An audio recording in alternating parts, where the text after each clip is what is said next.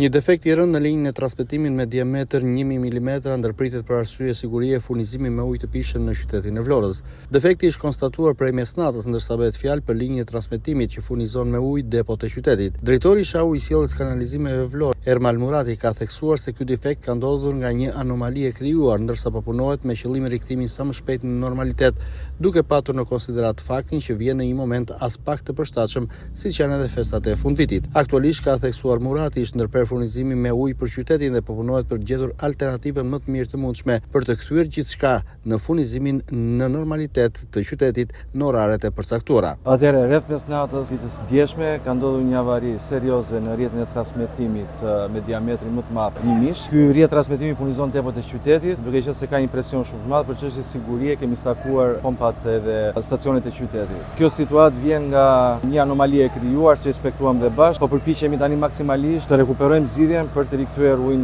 qytetarëve. Ka ndodhur në momente jo fort përshtatshme, me thënë drejtën, duke qenë se jemi në fund vitit dhe festat e fundvitit. Megjithatë, ekipet dhe skuadra e ujësisë kanalizimit e rajonit Vlorë prej ditës së djeshme në mbrëmje ka qenë në terren për të kuptuar çfarë ka ndodhur, sepse ka qenë një situatë edhe për identifikimin e problemit dhe tani jemi drejt përcaktimit zgjidhjes si duhet të japim kësaj situate. Aktualisht qyteti sot në mëngjes nuk është furnizuar, pjesë e lungomares apo zonës turistike stakuar prej orës 12:30 të ditë të këtij mëngjesi, le të themi, të mesnatës. Kjo situata janë disa zgjidhje alternative për mënyrën se si është ky defekt dhe po përpiqemi që të gjejmë mënyrën më të shpejtë mundshme, por njëkohësisht dhe më solide për mos patur sërish probleme. Një defekt normalisht, sikurse tha dhe ju, që është goxha serioz, do të hajë kohë për rikuperimin e tij, keni evidentuar, keni është tuba më e madhe. Aktualisht duhet krijojmë ambientin e dur për të operuar mbi këtë situatë, që patë juve është e mbyt ujë kjo situatë me pompa, po përpiqemi të thithim gjithë ujin që të ketë mundësi ekspertët për të operuar. Sa i përket kohës, nuk mund të japim një kohë të caktuar, ne do bëjmë maksimumin për ta rikthyer situatën në normalitet. Koha varet gjithmonë nga mënyra e zgjidhjes që duhet t'i jap. Tash pak më parë zgjidhja më emergjente dhe më solide, më fort për vazhdimsinë. Vetëm zona e lungomares është pa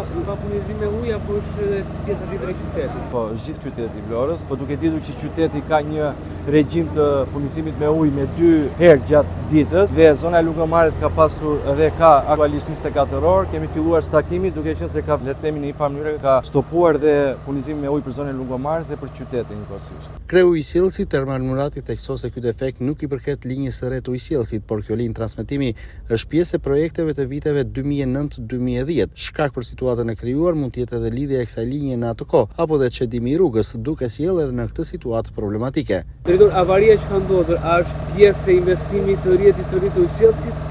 Jo, avaria që ka ndodhur nuk është pjesë e investimit të ri të ujësjellësit, ajo nuk e ka në aktivitetin e vet linjën e transmetimit. Kjo linjë transmetimi ka qenë pjesë e investimeve në vitet 2009-2010 në qytetin e Vlorës. Investimet janë të tipit që nuk duhet të çedojnë në tilla situata, por një anomali e krijuar që mund të vinë nga shkaqe nga më ndryshmet ose ngjitja, po themi, element teknik që është bërë kësaj linje ose nga çedimet e rrugëve ka krijuar këtë problematike që ne do ta vuajmë tani derisa ta rekuperojmë. Prej mesnatës së zonat të caktuara, por edhe prej mëngjesit të kësaj të premte, qyteti i Vlorës pa ujë të pishëm, kjo edhe për shkak të defektit të rënd të shkaktuar, ndërsa synohet me ndërhyrjen e kryer që situata e furnizimit të kthehet sa më shpejt në normalitet.